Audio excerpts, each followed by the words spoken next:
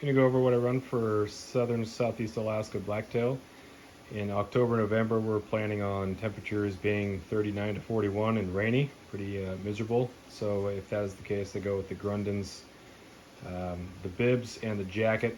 It does not breathe, or they do not breathe, and that's kind of what I'm looking for, because you can put a knee into the side of the hill if you're hiking up.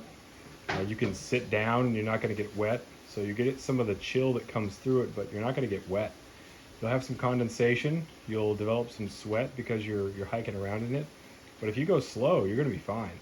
And then if you do get a little bit of condensation, all you're going to need to do is stop, maybe unzip and vent a little bit, and because you trap the heat, you're going to have a little bit of airflow that's going to dry you out. So there's a chance of getting dry. If you have rain gear that gives at the seams, or you have the coating that fails, you're going to be soaked. And soaked through is way different than generating heat that creates condensation or sweat. So the Grundens bibs and jacket are great, and they're every bit as, I mean, they're somewhat loud, but they're just as quiet as your quietest Gore-Tex stuff anyway. And they're thicker, they're not going to fail, so I go with that.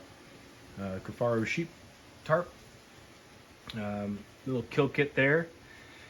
Game bags from Argali, knife from Argali. These kill kits are and food bags are made by Adam Smith out of Skagway. Awesome stuff. I keep a separate little tarp there. It's my old tent footprint for putting game stuff on or keeping it dry. So I have the tarp underneath, and I have this, or tarp over top, and then that tarp underneath. And then a lot of times we'll go out on boats. So I keep this separate bag. This is going to be at shore. It's just got an extra layer of clothes. It's got extra waterproof matches, got the radio, got a nice wool hat there. So I just keep other stuff in that bag on shore. So in case the weather comes in and I'm stuck for another night or two, we're just planning on day trips. But you want to have some extra gear just in case you do have to sleep over, because if it is rainy and it's 39 degrees and wet, hypothermia is a real possibility. So outside of my rifle and outside of my optics that are Vortex and my pack that's Stone Glacier, that stuff doesn't really matter. These are some of the extra type things that I look at bringing southern southeast Alaska. These are waterproof matches. Got to have waterproof matches. Very difficult to build fires in southern southeast Alaska. Everything is going to be rainy. It's not as easy as starting a fire down south when you have a ton of tinder and all you got to do is bring some Vaseline coated cotton balls and then just gather a whole bunch of tinder. It's a lot more difficult to build fires up here, so you need matches that are waterproof and burn for a long time.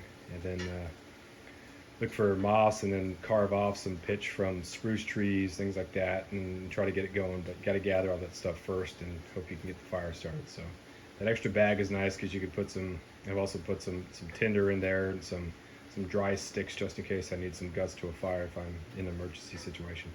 So there it is.